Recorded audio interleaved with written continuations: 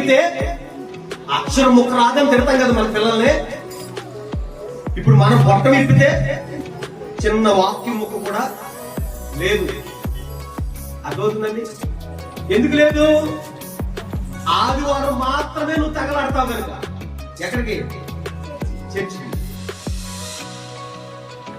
బుధవారము శుక్రవారము పడుకుంటావు కనుక. సంవత్సరంలో 52 ఆదివారాలు అయితే, సంవత్సరంలో 52 ఆదివారాలు అయితే నువ్వు ఎక్కొట్టేదే 40 ఆదివారాలు ఉంటుంది.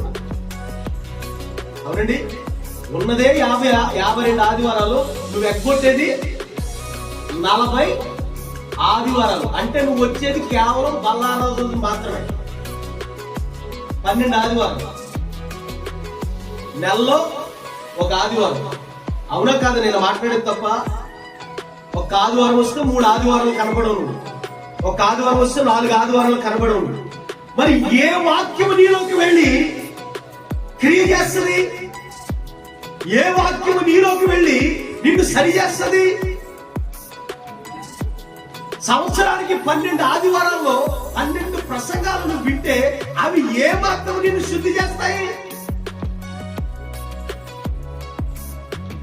నేను చెప్పిన మాట అర్థమైందని తల్లి? అందులోనూ సగం జీవితాలు అయిపోయినాయి కదా. పోను ఉన్న జీవితానికి ఏమైనా గ్యారంటీ ఉందంటే, రాత్రి ఉన్నవాడు పొద్దున్న ఉండట్లేదు, పొద్దున్న ఉన్నవాడు సాయంత్రం ఉండట్లేదు, ఇప్పుడు స్తోత్రం చెప్పినవాడు ఆమెనని లోపు ఉండట్లేదు. మన జీవిత దినములు ఏమైపోయినట్ట నీడ వలె గతించిపోతా ఉన్నాయి, నీటి బుడగల వలె ఇదైపోతా ఉన్నాయి. ఇంకా ఏమి తింటుందో, ఏమి త్రాగుతుందో, ఏమి ధరించుకుందో, ఏమి సంపాదించుకుందో, ఏమి వెనకేసుకుందో, ఏమి మిగలబెట్టుకుందో, ఏమి కూడబెట్టుకుంటా, రక్షణ భాగ్యమును సంపాదించుకో. హల్లెలూయా. అందుకని హెబ్రీయులకు రాస్తూ భక్తుడు ఏమంటాడు తెలుసా? చూడండి, హెబ్రీయులకు రాసిన పత్రికలో 2వ అధ్యాయం 3వ వచనంలో అంటాడు, అబ్బా దేవునికి స్తోత్రం కలుగును గాక. ఎంత గొప్ప రక్షణను మనము నిర్లక్ష్యము చేసిన ఎడల ఇలాగూ తప్పించుకుంటాం. మరలా పట్టుకోండి, ఒకళ్ళు పట్టుకోండి, త్వరగా స్పీడ్ గా ఒకళ్ళు పట్టుకోండి. మొఖాల్లో ముఖం పెట్టి చూస్తూ మాట్లాడండి. చెప్పండి, ఎంత గొప్ప రక్షణను, ఎంత గొప్ప వాక్యమును నిర్లక్ష్యము చేస్తే ఎలాగూ తప్పించుకుంటావు తమ్ముడా, ఎలాగూ తప్పించుకుంటావు అన్నా, ఎలాగూ తప్పించుకుంటావు చెల్లి తల్లి, ఎలా తప్పించుకుంటావు?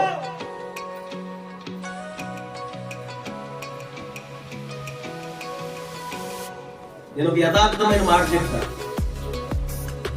మరి నూనె రాసుకొని వచ్చి జిడ్డు మొహం వేసుకొని మాట్లాడితే బాగోదని నీకు అప్పుడప్పుడు ఏదో కొంచెం నవ్వించడం కోసం కాస్త వ్యంగ్యంగా మాట్లాడుతూ ఉంటాను నేను. కానీ హృదయంలో రగిలిపోతూ ఉంటుంది నాకు. దేవునికి స్తోత్రం కలుగుతుంది. హల్లెలూయా. హృదయంలో చాలా వేదన రగిలిపోతూ ఉంటుంది. అయ్యో, ఎంత గొప్ప రక్షణను ఎందుకు ఏడంత నిర్లక్ష్యం చేస్తున్నా? నువ్వు రక్షణ భాగ్యం కలిగిన వ్యక్తివైతే దేవుని వాక్యం ద్వారా ప్రతిరోజు నువ్వు శుద్ధి చేసుకోవాలి కదా. ఒకవేళ రక్షణ భాగ్యం లేని వ్యక్తివైతే త్వరపడి నిర్లక్ష్యాన్ని విడిచిపెట్టి నువ్వు రక్షణ పొంది ప్రభు బల యొద్దకు రావాలి కదా. ఎందుకంటే వస్తానన్న వాడు త్వరగా రావడానికి తన కార్యములన్నింటినీ సిద్ధపరచుకుంటున్నాడు కదా, తన క్రియలన్నింటినీ, తన సూచనలన్నింటినీ జరిగిస్తూ ఉన్నాడు కదా. ఏ గడియో, ఏ సమయమో, ఏ